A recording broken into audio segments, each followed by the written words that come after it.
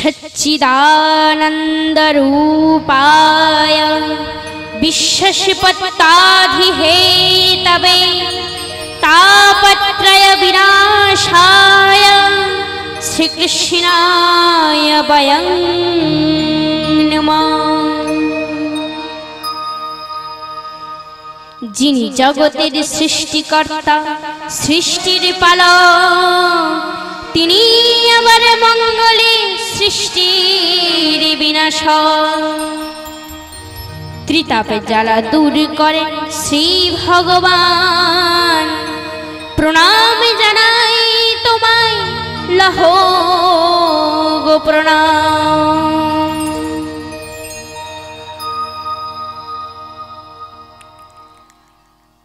মহর্ষি ব্যাসদেবের রচিত শ্রীমদ্ ভাগবত।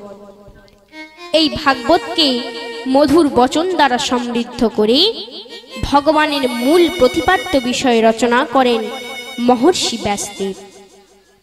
এই ব্যাসদেব কে ছিলেন সেই নিয়ে একটু আলোকপাত করি। ব্রহ্মার পুত্র বশিষ্ঠ, বশিষ্ঠের পুত্র শক্তি, শক্তির পুত্র পরাশর। পরাশর মুনি জ্যোতির্যজ্ঞ ছিলেন, অর্থাৎ পরাশর মুনি গ্রহ নক্ষত্র চলাচলের ভালো মন্দ জানতেন।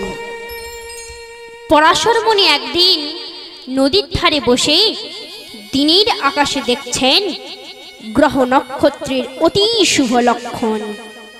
এই ক্ষণ মুহূর্তে গর্ভধারণের জাতক জগতের কল্যাণ বিধান করবেন।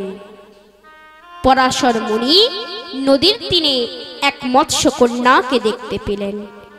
মুনি মৎস্য কন্যাকে এই ক্ষণে সন্তান উৎপাদনের কারণ ব্যাখ্যা করলেন। মুনির কথা শুনে মৎস্য কন্যা মৎস্যগন্ধা বলেন, নিজ কুলের কন্যায় আমি গন্ধময় জীবন, তবু জানি জগতের কল্যাণে মুনি ঋষিগণ। তোমার দয়ায় যদি হয় জগতের মঙ্গল, তাতে সাথী হব আমি পাব পুণ্য ফল। এই বলে মৎস্য কন্যা ঝুঁকে মুনির চরণে, ভবিষ্যতের ব্যাসমাতা হন পরাশরের কারণে।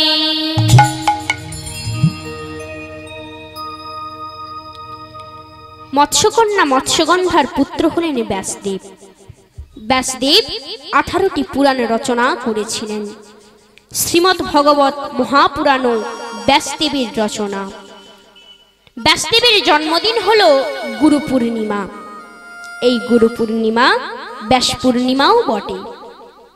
ব্যাসদেবের জন্মের পর মাতা মৎস্যগন্ধা হয়ে যান যোজনগন্ধা। কারণ মৎস্যগন্ধা এখন যেখান দিয়ে যান তার 1 যোজন পর্যন্ত সুগন্ধ হয়ে যায়। তাই ব্যাসদেবের মাতা মৎস্যগন্ধা এখন যোজনগন্ধা। এই মৎস্যগন্ধার আরেক নাম যৌবনগন্ধা, অর্থাৎ তিনি মৃত্যু পর্যন্ত যুবতী ছিলেন। তাই এই মৎস্যগন্ধার বা যোজনগন্ধার আরেক নাম যৌবনগন্ধা। এই যৌবনগন্ধার আরো এক নাম সত্যবতী। তিনি সারা জীবন সত্যের পথে ছিলেন, তাই তার আরেক নাম সত্যবতী। হে ভক্তমণ্ডলী, হে ভক্তিমতী মায়েরা, ব্যাসনন্দন শিশু কদিম মহারাজ মর্তের মানুষকে প্রথম শ্রীমদ্ ভগবত কথা শুনিয়েছিলেন। ভাগবতে একটি সুন্দর শ্লোক আছে, নিগমকল্পতরগলিतं ফালং সুখমুখাদমৃতদ্রবসংযুতং পীবত ভগবতং রসং মায়লয়ং মুহুরহর্ষিকা ভুবি ভাবুকা।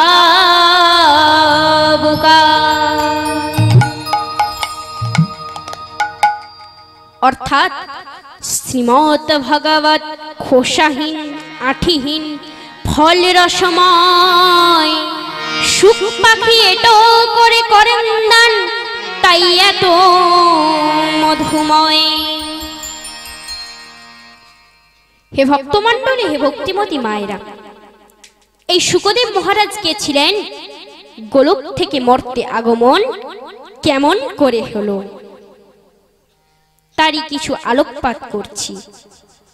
হে ভক্তমণ্ডলী, হে ভক্তিমতী মায়েরা, গোলকপতি গোলক বিহারীর এক খেয়াল সঙ্গী ছিল।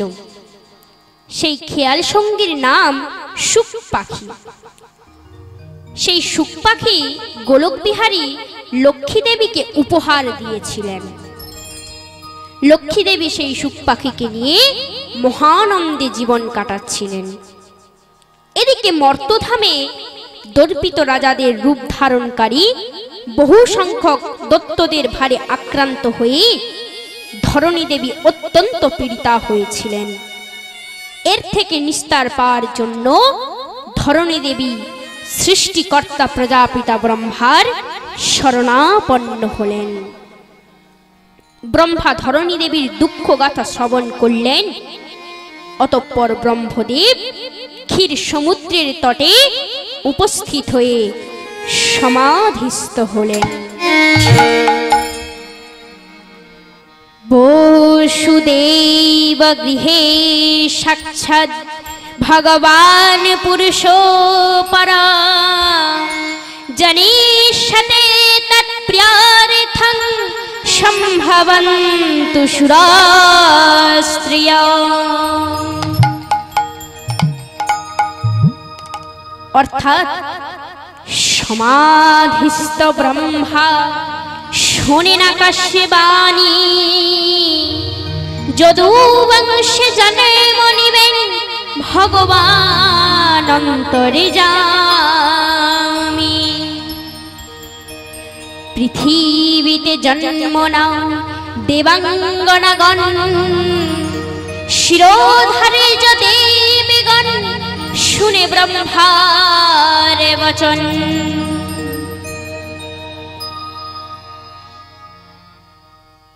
এদিকে গোলকে নারায়ণ লক্ষ্মী মাতাকে বলেন, প্রিয়ে, আমি মর্তধামে অবতার গ্রহণ করব। মাতা বলেন, আমি তোমার লীলাসঙ্গিনী হয়ে যাব। এমত অবস্থায় কৃষ্ণের দেওয়া উপহার সেই সুখ পাখি রাধারানীর সঙ্গে আসতে চায়। মাতা বলে, তুমি যাবে আমার সঙ্গে? তখন সুখ পাখি বলে, আমি তোমার পোষা পাখি, ওগো দয়াময়। আমি তোমার পোষা পাখি, ওগো দয়াময়।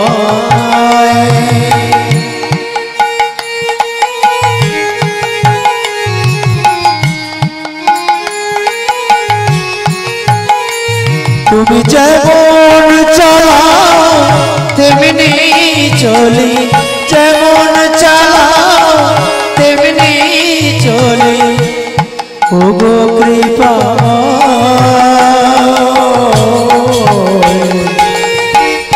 আমি তোমার পোষা পাখি, ওগো কৃপাময়।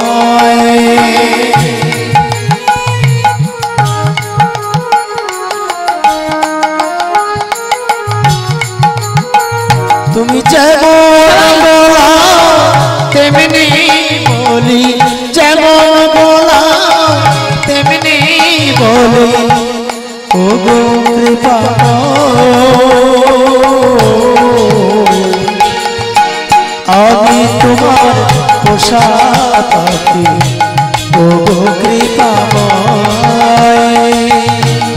আমি তোমার পোষা পাখি, ওগো কৃপাময়।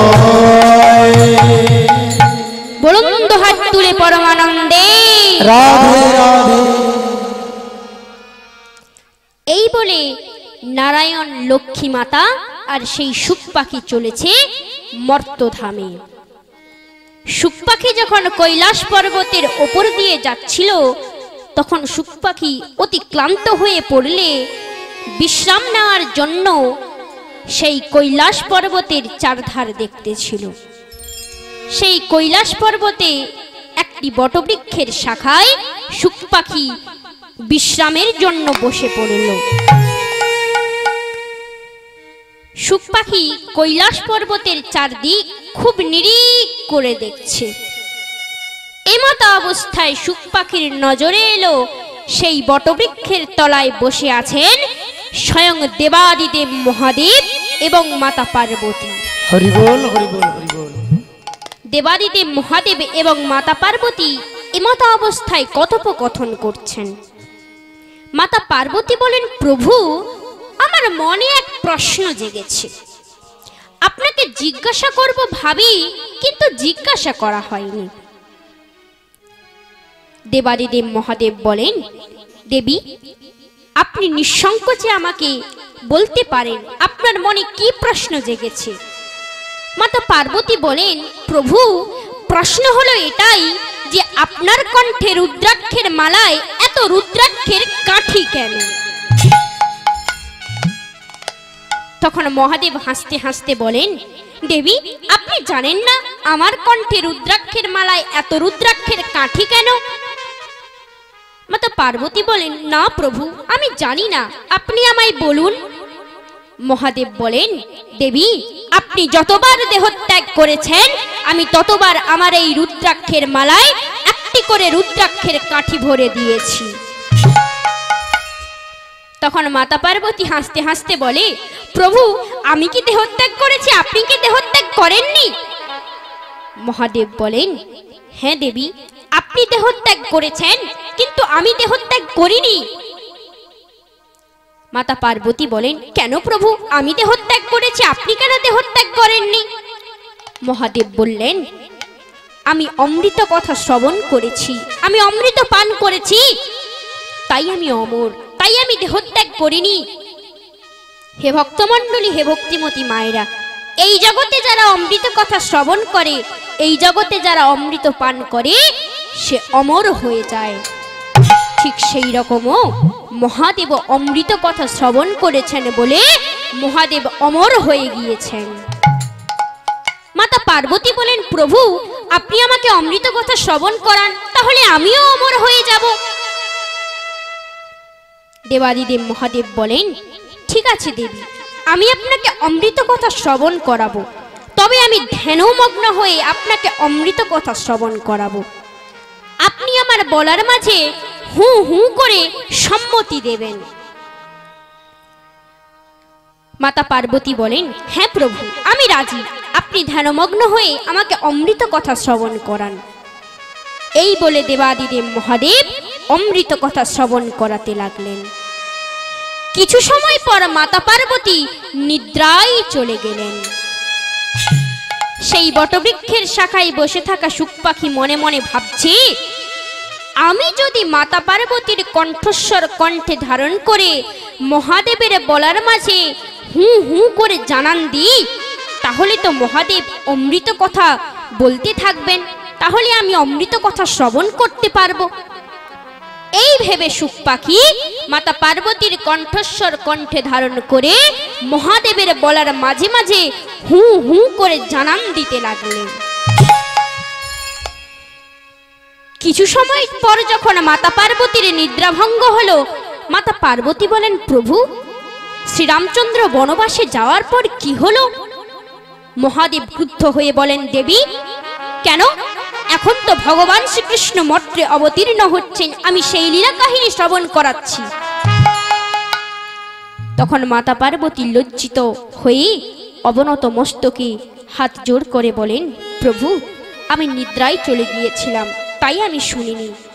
মহাদেব ক্রুদ্ধ হয়ে আসন পরিত্যাগ করে ত্রিশূল হস্তে ধারণ করে বলেন, যদি দেবী আপনি নিদ্রায় চলে গিয়ে থাকেন, তাহলে আপনার কণ্ঠস্বর কে কণ্ঠে ধারণ করে আমার বলার মাঝে হু হু করে জানান দিচ্ছিল? এই বলে মহাদেব ক্রুদ্ধ হয়ে কৈলাস পর্বতের চারধার খুব নিরীক করে দেখছে। এমত অবস্থায় মহাদেবের চোখে পড়ে গেল সেই বটবৃক্ষের শাখায় বসে থাকা শুক পাখির ওপর। মহাদেব শুক পাখিকে তাড়া করছে, শুক পাখি ছুটছে, দৌড়াচ্ছে, মহাদেব তার পিছনে পিছনে তাকে তাড়া করে চলেছে। হে ভক্তমণ্ডলী, হে ভক্তিমতী মায়েরা, মহাদেব হলেন এই সৃষ্টির ধ্বংসকর্তা। তাই বলে যে মহাদেব এই সৃষ্টির ভালো চাইবে না তা কিন্তু নয়। মহাদেবও জানেন এই সুখ পাখিকে এই নিয়তির চক্রে তার আশ্রয়ে পৌঁছে দিতে হবে। হরি বল, হরি বল, হরি বল। এই সুখ পাখি যেন কোনো গাছের কোটরে কিংবা কোনো গাছের আড়ালে গিয়ে লুকিয়ে না পড়ে, তাই মহাদেব সেই সুখ পাখিকে তাড়া করছে। সেই সুখ পাখি কোনো নিরাপদ আশ্রয় খুঁজে পাচ্ছে না, কিন্তু তবুও সুখ পাখি উড়ে চলেছে। এমতো অবস্থায় ব্যাসদেবের স্ত্রী ঘুম থেকে উঠে হাই ভাঙছেন। সেই সুখ পাখি মনে মনে ভাবছে, এই মুখগহ্বরের ভিতরে যদি আমি প্রবেশ করি তাহলে মহাদেব আমাকে ধরতে পারবে না। এই ভেবে সুখ পাখি ব্যাসদেবের স্ত্রীর গর্ভে প্রবেশ করলেন। হরি বল, হরি বল, হরি বল। হে ভক্তমণ্ডলী, হে ভক্তিমতী মায়েরা, এই সুখ পাখি 12 বৎসর পর শ্রী শুকদেব মহারাজ রূপে এই পৃথিবীতে অবতীর্ণ হয়ে এই মর্তের মানুষকে প্রথম শ্রীমৎ ভগবত কথা শ্রবণ করিয়েছিলেন।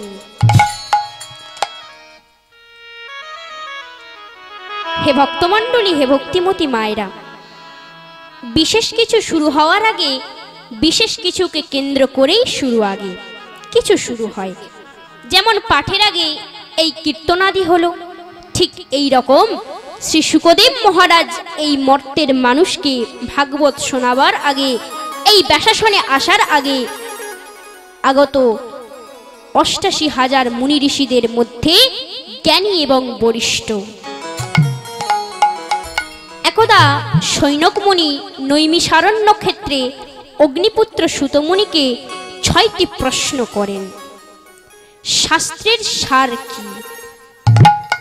দ্বিতীয় প্রশ্ন, কল্যাণ কাকে বলে? তৃতীয় প্রশ্ন, কল্যাণ প্রাপ্তি কিসে হয়?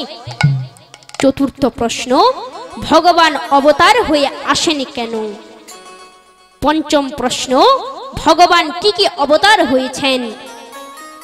ষষ্ঠ প্রশ্ন অর্থাৎ শেষ প্রশ্ন, ভগবান গোলক ধামে চলে গেলে ধর্ম কি করে? হে ভক্তমণ্ডলী, ভাগবতের 2টি স্কন্ধে এই একটি করে প্রশ্নের উত্তর রয়েছে। নৈমিষারণ্য ক্ষেত্রে অগ্নিপুত্র সুতমুনিকে সৌনক মুনি বলছেন, ভক্তি জ্ঞান বিরাগাপ্ত বিবেক বর্ধতে মহান মায়ামোহ নিরাশশ্চ বৈষ্ণবৈ ক্রিয়তে ক্রথম। ভক্তি জ্ঞান বৈরাগ্য দ্বারা বিবেকের বিকাশ হয়, বৈষ্ণবগণ কি করে হয় মায়া মোহ মুক্তময়। ঘোর কলিতে জীবী সকল আসুরি স্বভাবী, এই জীবকে শুদ্ধ করার শ্রেষ্ঠ উপায় কি?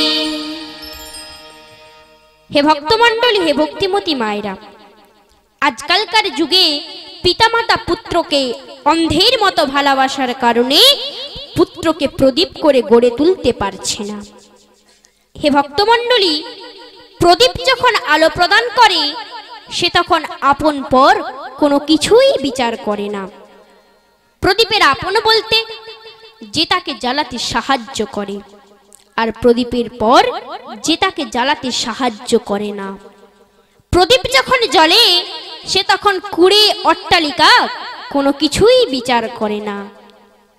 তখন প্রদীপ তার ধর্ম আলো প্রদান করা, আর প্রদীপ তার ধর্ম পালন করে। হে ভক্তমণ্ডলী, হে ভক্তিমতী মায়েরা, আজকাল বাবা মা ছেলেকে প্রদীপ করতে চান, খুবই ভালো কথা, কিন্তু ছেলে যদি সত্যি সত্যি প্রদীপের মতো আচরণ করে আজকালকার যুগের বাবা মা তা সহ্য করতে পারে না। অর্থাৎ ছেলে যদি কাউকে দান করে, সাহায্য করে, কারো বিপদে কারো পাশে দাঁড়ায়, তাহলে আজকালকার যুগের বাবা মা তা সহ্য করতে না পেরে বলে ওঠে, তোকে কি আমরা এজন্যই খরচ করে মানুষ করেছিলাম? আজকালকার যুগের বাবা মা ভাবেন ছেলে আমার প্রদীপ হোক, কিন্তু আলো যেন কাউকে প্রদান না করে। ছেলে আমার ডাক্তার হোক, কিন্তু বিনে পয়সায় যেন কারো সেবা না করে। ছেলে আমার উকিল হোক, কিন্তু যেন সত্যের পথে না থাকে। ছেলে আমার মন্ত্রী হোক, কিন্তু দেশ সেবা যেন না করে। হে ভক্তমণ্ডলী, হে ভক্তিমতী মায়েরা, আজকালকার আমাদের এই অবিবেচকের মতে চরিত্র দেখে আজকালকার যুগে বানরও মানুষ হতে চাইছে না। দুর্ঘটনায় এক ব্যক্তি আহত হয়ে পড়ে রয়েছে। মানুষটার রক্তক্ষরণ হয়ে যাচ্ছে। সে চিৎকার করে বলছে, বাঁচাও বাঁচাও, আমাকে সাহায্য করুন। রাস্তার দুধার দিয়ে শত শত মানুষ চলে যাচ্ছে, কিন্তু আহত লোকটার কথা কেউ শুনছে না, কেউ তাকে সাহায্য করতে এগিয়ে আসছে না। হে ভক্তমণ্ডলী, ওই রাস্তার ধারে একটি গাছের ওপরে 3টি বানর বসে বসে ফল খাচ্ছিল আর ওই রাস্তার দৃশ্যটি দেখছিল। একটি বানর বলে উঠল, তোমরা জানো আমাদের উন্নত রূপ হলো মানুষ। আরেকটি বানর বলল, তুমি উন্নত রূপের হবে? সেই বানরটি বলল, তুমি মানুষ হওয়ার কথা বলছো? তোমার মাথা খারাপ? আমাদের উন্নত রূপ ওই রাস্তায় পড়ে থাকা মানুষটির দিকে দেখো। রাস্তায় আহত হয়ে পড়ে রয়েছে, সেই কখন থেকে চিৎকার করছে, বাঁচাও বাঁচাও, আমাকে সাহায্য করুন। কিন্তু সেই রাস্তার দুধার দিয়ে শত শত মানুষ চলে যাচ্ছে, কিন্তু সেই ব্যক্তিটিকে কেউ সাহায্য করতে এগিয়ে আসছে না। কিন্তু আমাদের কেহ বিপদে পড়িলে আমরা সবাই জড়ো হই, তাকে সাহায্য করি। কিন্তু ওই মানুষটার দিকে দেখো, সে আহত হয়ে পড়ে রয়েছে, কিন্তু কেউ তাকে সাহায্য করতে এগিয়ে আসছে না। হে ভক্তমণ্ডলী, হে ভক্তিমতী মায়েরা, আজকালকার যুগের মানুষ তার মনুষ্যত্ব হারাচ্ছে, কিন্তু গরু তার গোত্র ঠিক রেখেছে। হে ভক্তমণ্ডলী, হে ভক্তিমতী মায়েরা, সংসারে ভিন্ন ভিন্ন ধরনের রঙের আকৃতির গাভী থাকে। কোনো গাভী কালো, কোনো গাভী বেটে, তো কোনোটা সাদা কালো, আবার কারো শিং বড় গোল, আবার কারো ধনুকের মতো, আবার কারো সোজা তীরের ফলার মতো, আবার কারো শিং দেখা যাচ্ছে মাত্র। হে ভক্তমণ্ডলী, গাভী সমূহ রূপে রঙে আকৃতিতে ভিন্ন ধরনের, কিন্তু হে ভক্তমণ্ডলী, তাদের মহত্ব হলো দুগ্ধে। সকলের দুগ্ধ সাদা, এই দুধ সাধে গুণে পুষ্টি বিধানে একই। এটাই গাভীর গুণ, এটাই গাভীর গাভীত্ব।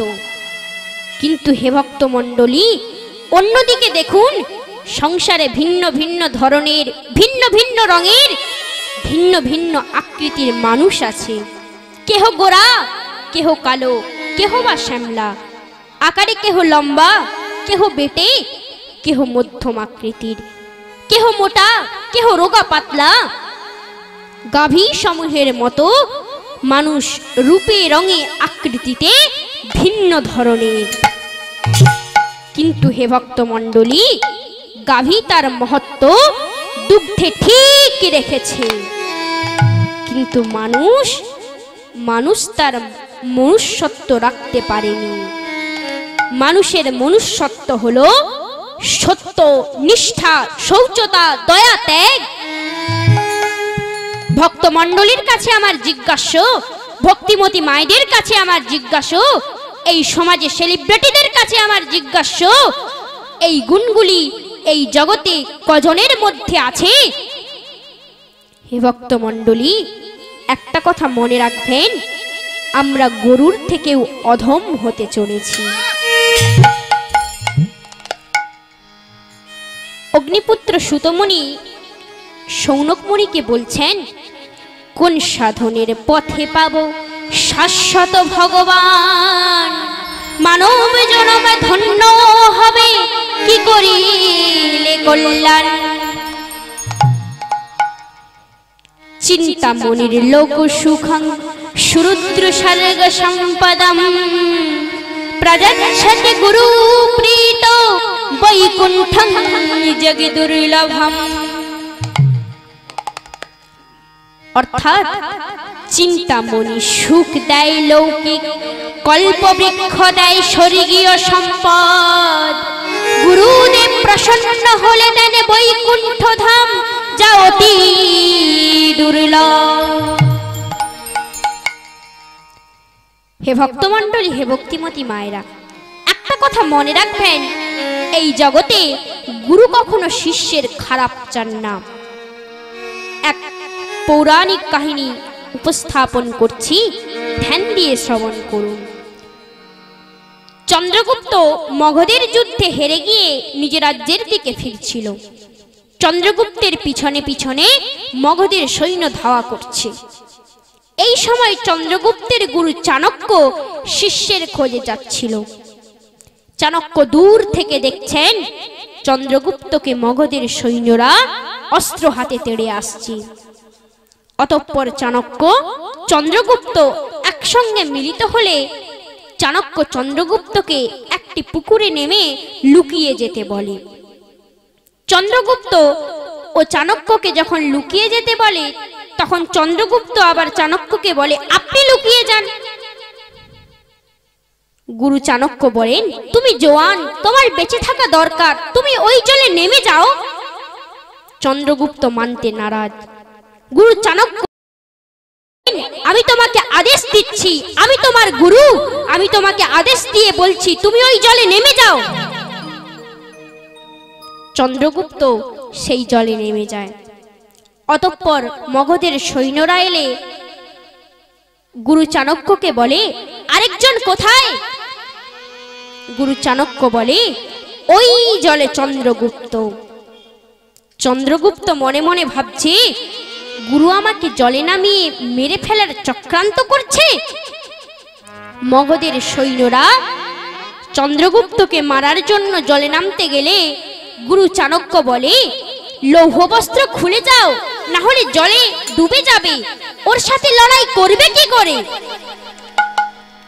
এই বলে মগধের সৈন্যরা নিজ অস্ত্র মাটিতে রেখে লৌহ বস্ত্র খুলতে গেলে গুরু চাণক্য তাদেরই অস্ত্র দ্বারা তাদের নিধন করলেন। হে ভক্তমণ্ডলী, একথা বলার তাৎপর্য, গুরুবাক্য মানার জন্য শিষ্য চন্দ্রগুপ্ত আজ প্রাণে বেঁচে গেল। হে ভক্তমণ্ডলী, প্রকৃত যিনি শিষ্য হবেন তিনি গুরুবাক্য অকপটে স্বীকার করে নেবেন, গুরুর কথাকে সঙ্গে সঙ্গে মেনে কর্মে লিপ্ত হবেন। হে ভক্তমণ্ডলী, এখন প্রশ্ন হলো, এই গুরু কে? একদিন এক চিন্তকের মনে প্রশ্ন জাগে, এই পৃথিবীতে বড় কে? চিন্তক এক ব্যক্তিকে জিজ্ঞাসা করলেন, এই জগতে বড় কে? ব্যক্তিটি বললেন, এই জগতে বড় হলো পৃথিবী। চিন্তক বললেন, পৃথিবী যদি বড় হয় তাহলে নাগের উপরে কেন? ব্যক্তিটি বললেন, তাহলে তো নাগ বড়। চিন্তক বললেন, নাগ যদি বড় হয় তাহলে মহাদেবের কণ্ঠে কেন? ব্যক্তিটি বললেন, তাহলে তো মহাদেব বড়। চিন্তক বললেন, মহাদেবের যদি বড় হয় তাহলে পর্বতের উপর বসে ধ্যান করেন কেন? ব্যক্তিটি বললেন, তাহলে তো পর্বত বড়। চিন্তক বললেন, পর্বত যদি বড় হয় তাহলে হনুমানের হস্তে কেন? তাহলে তো হনুমান বড়। চিন্তক বললেন, হনুমান যদি বড় হয় তাহলে শ্রীরামচন্দ্রের চরণ তলে কেন? তাহলে তো প্রভু শ্রীরামচন্দ্র বড়। চিন্তক বললেন, যদি প্রভু শ্রীরামচন্দ্র বড় হয় তাহলে গুরু বিশ্বামিত্রের চরণ তলে কেন? হে ভক্তমণ্ডলী, এ থেকেই প্রমাণ হয় যে এই জগতে গুরুই বড়। তাই সিদ্ধান্ত, এই জগতে গুরুই বড়। রামচন্দ্র তাই গুরু বিশ্বামিত্রের চরণতলে। গুরু ছাড়া মানুষের চোখ থেকেও অন্ধ, বিষণ্ণ নিরানন্দ জীবন। তাই গুরুর নাম ভজন একান্ত কাম্য। দিন তোরা নন্দে যাবে ভজলে গুরুর নাম, গুরু ব্রহ্মা গুরু বিষ্ণু গুরু ভগবান। দিন তোরা নন্দে যাবে ভজলে গুরুর নাম, গুরু ব্রহ্মা গুরু বিষ্ণু গুরু ভগবান। তিনি তোরা নন্দে যাবে ভজলে গুরুর নাম, গুরু ব্রহ্মা গুরু বিষ্ণু গুরু ভগবান। গুরু মাতা গুরু পিতা গুরু ভগবান, গুরু মাতা গুরু পিতা গুরু ভগবান। জগৎ গুরু শ্রী কৃষ্ণ সর্বশক্তিমান। গুরু মাতা গুরু পিতা গুরু ভগবান, গুরু মাতা গুরু পিতা গুরু ভগবান। জগৎ গুরু শ্রীকৃষ্ণ সর্বশক্তিমান। দিন তোরা নন্দে যাবে ভজলে গুরুর নাম, গুরু ব্রহ্মা গুরু বিষ্ণু গুরু ভগবান। দিন তোরা নন্দে যাবে দুটি বাহু তোলা সবাই। গুরু ব্রহ্মা গুরু বিষ্ণু গুরু ভগবান।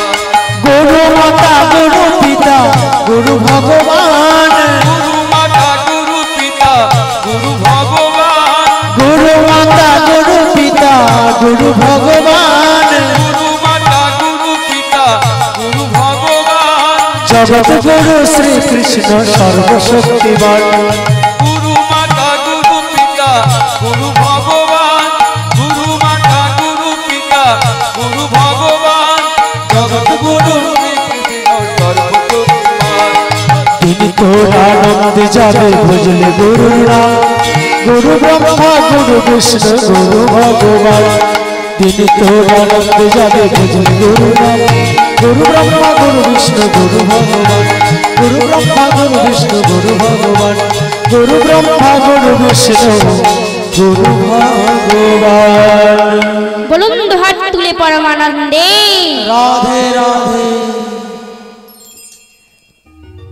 অগ্নিপুত্র সুতমুনি সৌনক মুনিকে বলেন, তোমার হৃদয়ে ভগবত প্রেম রয়েছে। তোমাকে জন্ম মৃত্যুর ভয় দূর করার সমস্ত সিদ্ধান্তের সার কথা শোনাচ্ছি। শুকদেব গোস্বামী কলিযুগে জীবকে কালরূপী সর্পের গ্রাসে প্রথিত মহাভয় থেকে রক্ষা করার জন্য শ্রীমৎ ভগবত শাস্ত্রের প্রবচন করেছেন।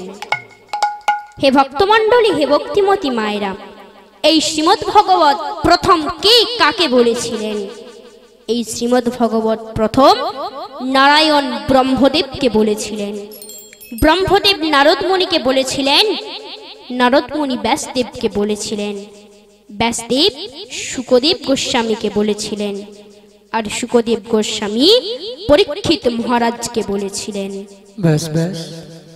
রাজা পরীক্ষিতকে এই ভাগবত কথা শোনাবার জন্য শুকদেব গোস্বামী যখন সভায় সমাসীন ছিলেন, তখন দেবতারা অমৃত কুম্ভ নিয়ে এসে শুকদেবকে প্রণাম করে বলেন, আপনি এই অমৃত ভাণ্ড গ্রহণ করে পরিবর্তে আপনার কথামৃত আমাদের প্রদান করুন। আমাদের আনিত অমৃত পান করুক পরীক্ষিত, আর আমরা শ্রীমদ্ ভগবত রূপ অমৃত পান করি। এই সংসারে কাঁচ আর মহামূল্য মুনি যেমন, তেমনি কোথায় ভাগবত আর কোথায় অমৃত। এই সব চিন্তা করে শুকদেব গোস্বামী দেবতাদের কথা হেসে উড়িয়ে দিলেন। দেবতাদের ভক্তিহীন বুঝতে পেরে শুকদেব গোস্বামী তাদের কথামৃত দেননি। এই কারণে শ্রীমদ্ ভগবত কথা দেবতাদের দুর্লভ বলা হয়। শ্রীমদ্ ভগবত কথা শ্রবণে মহারাজ পরীক্ষিতকে মোক্ষ লাভ করতে দেখে ব্রহ্মদেব সত্যলোকে সকল প্রকার সাধনের রীতি নীতি বিধি বিধান ওজনে বিচার করেছিলেন। ওজনে ভাগবতী নিজ মাহাত্ম্য সব সাধন অপেক্ষা ভারী হয়। এই দেখেই মুনি ঋষিরা সিদ্ধান্ত করলেন যে কলিযুগে ভাগবত শাস্ত্র শ্রবণে মোক্ষ প্রাপ্তি সম্ভব। মেনিরে ভগবদ্রূপং শাস্ত্রং ভগবতং কলৌ পঠনাৎ শ্রবণাৎ সদ্দৌ বৈকুণ্ঠ ফলদায়কম।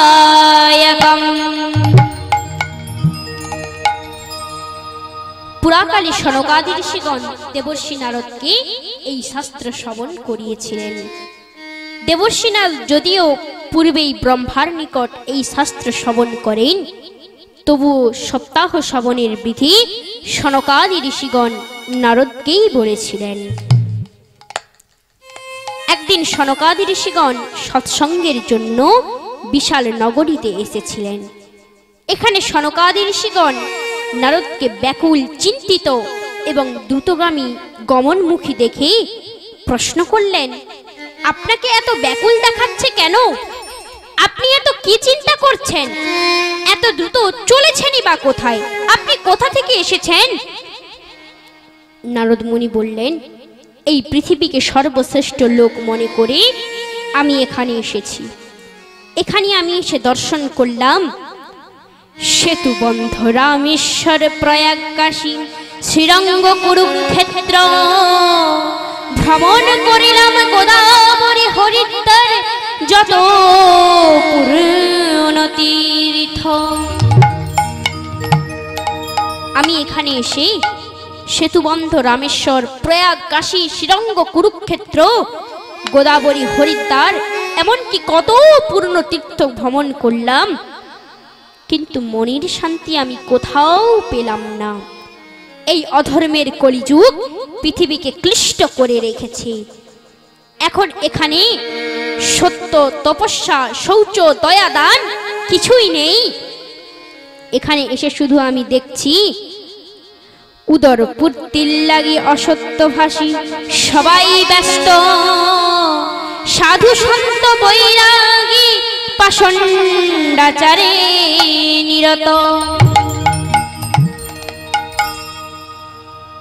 এখন এর মন্দিরে, তীর্থক্ষেত্রে সাধু সন্ত বৈরাগী অবস্থান করছেন, কিন্তু কেউ সত্য আচরণ করছেন না, কেউ কথার কথা রাখছে না।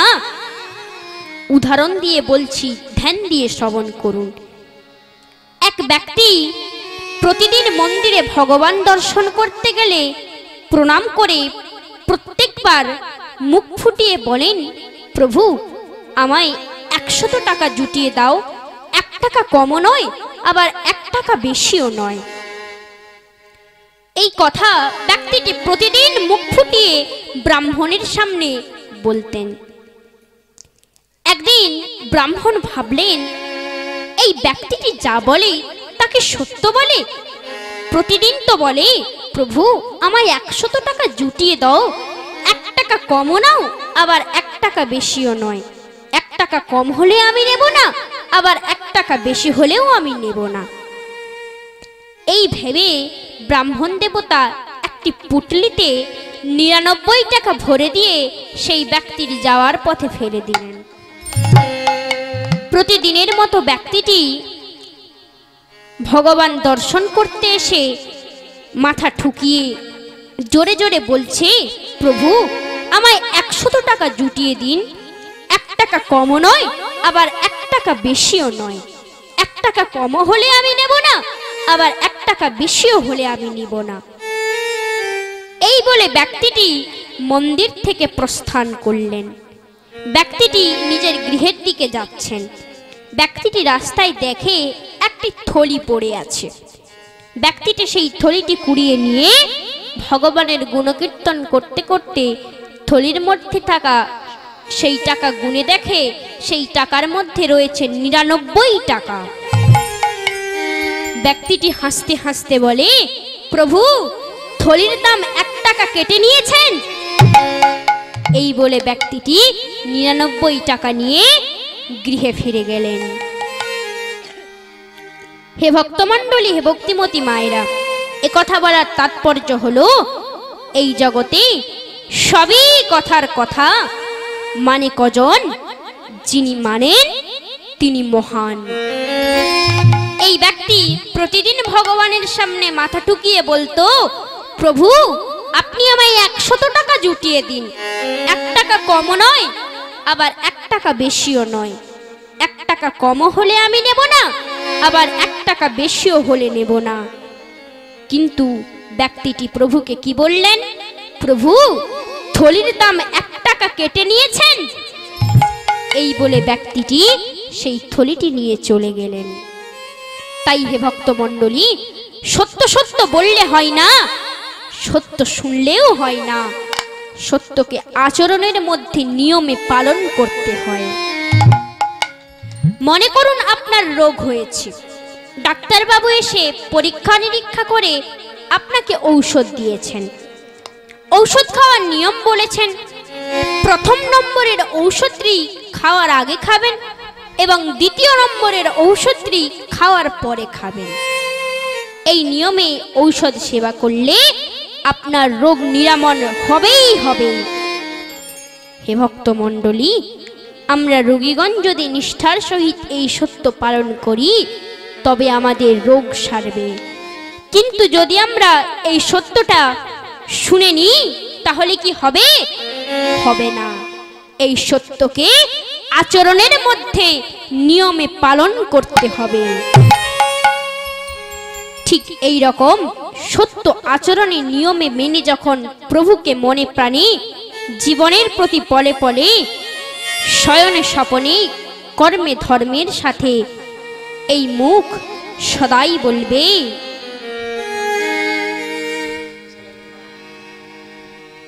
অগ্নিপুত্র সুতমুনি নারদমুনিকে বলছেন, জিজ্ঞেস করার পর নারদমুনি বলছেন, সংসারে শ্যালকরাজ স্ত্রী করে রাজত্ব, ভাইয়ে ভাইয়ে মিল নেই, কলহ নিত্য। কেহ করে দেবালয় ধ্বংস, নদী করে দখল, নাই আছে জ্ঞানী যোগী, আছে কপট কেবল।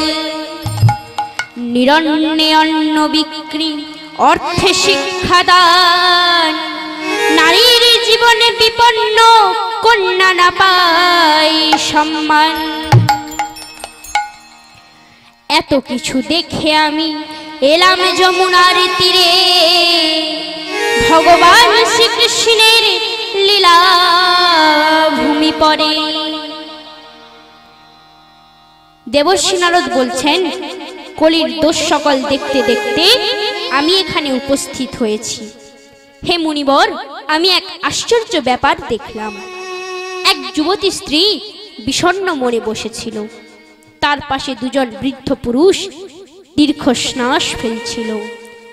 সেই লোকটি বৃদ্ধ পুরুষ দুজনের সুশ্রদ্ধা করছিল, জ্ঞান ফেরাবার চেষ্টা করছিল, জ্ঞান ফেরাতে না পারি কেঁদেছিল। এই অবস্থায় শত শত নারী তাকে বাতাস করছিল আর প্রবোধ দিচ্ছিল। আমি যুবতীর কাছে গেলে যুবতীটি তার দুর্ভাবনা থেকে মুক্ত করার কথা বলে। নারদ সেই যুবতীটিকে জিজ্ঞাসা করলেন, কাশিতং কামিমৌ চেমানার্জকপদ্মলোচনা বদাদেবী সবিস্তারং শস্য দুঃখস্য কারণম। কে তুমি দেবী, এই পুরুষ দুজন কে হয় তোমার? পাশের কারা তুমি, কেন দুঃখী বলো বিস্তার। যুবতীটি বললেন, আমার নাম ভক্তি, এই পুরুষ দুজন আমার ছেলে জ্ঞান ও বৈরাগ্য। কালের গতিতে এদের এমন জর্জরিত অবস্থা। এই সময় দেবীগণ গঙ্গা আদি নদীবৃন্দ আমার সেবা করবার জন্য এসেছে। এই সব দেবীগণের সেবা পেয়েও আমার মনে কোনো শান্তি নেই। আমি দ্রাবিড় দেশে উৎপন্ন হয়ে কর্ণাটকে বড় হয়েছি, মহারাষ্ট্রে সম্মানিত হলেও গুজরাটে অশক্ত হয়ে পড়ি। কলির প্রভাবে আমার ছেলেরাও দুর্বল হয়ে নিস্তেজ হয়ে পড়েছে। আমি বৃন্দাবনে পৌঁছেও যুবতীতে পরিণত হয়েছি। আমার ছেলেরা এখানে অবসন্ন হয়ে পড়েছে। এই স্থান ত্যাগ করে আমি অন্যত্র চলে যেতে চাই। এদের এই বৃদ্ধাবস্থা দেখে আমার খুব দুঃখ হচ্ছে। কারণ আমি জননী হয়ে তরুণী, আমার পুত্ররা কেন বৃদ্ধ? মা বৃদ্ধা হবে, ছেলেরা তরুণ থাকবে, এমনটাই তো হওয়া উচিত। কিন্তু এখানে উল্টোটা হচ্ছে। নারদ মুনি বলেন, তোমার দুঃখের কারণ আমি জ্ঞান দৃষ্টিতে দেখতে পাচ্ছি। তুমি দুঃখ করো না, ভগবান শ্রীহরি তোমার মঙ্গল করবেন। নারদ মুনি ভক্তি দেবীকে বললেন, এখন কলিযুগ, সদাচার, যোগ, মার্গ, তপস্যাদি সব লুপ্ত হয়ে গেছে। এই যুগে জীব দুষ্কর্মে লিপ্ত হয়ে অঘাসুর হয়ে গেছে। এই যুগের মানুষ কেমন হয়েছে জানেন?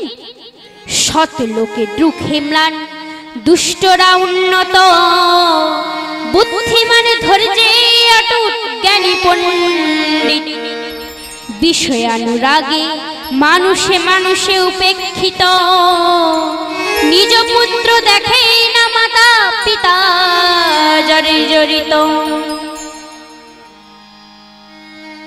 আজকের মানুষ বোঝে না, যাকে শ্রদ্ধা করা উচিত তাকে অবজ্ঞা করছে, যাকে রাখা উচিত মাথায় তাকে রেখেছে পায়ের তলায়।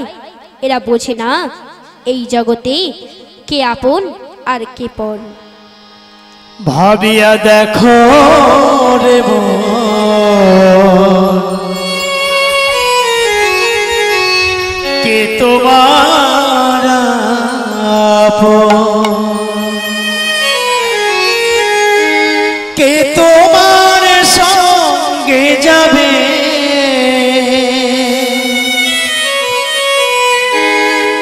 যার স্মৃতি পটে লেখা নাম আছে, জানি সে তো হারায় যাবে। পাগল মন রে, জানি সে তো হারায় যাবে। একবারে ভাবিয়া দেখো রে মন,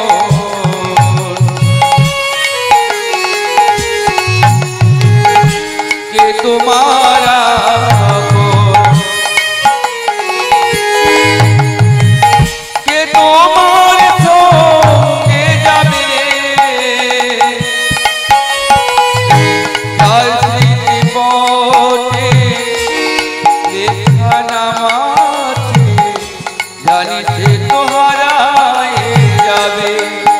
পাগল মন রে, জানি সে তো হারায় যাবে। একবার ভাবিয়া দেখো রে মন,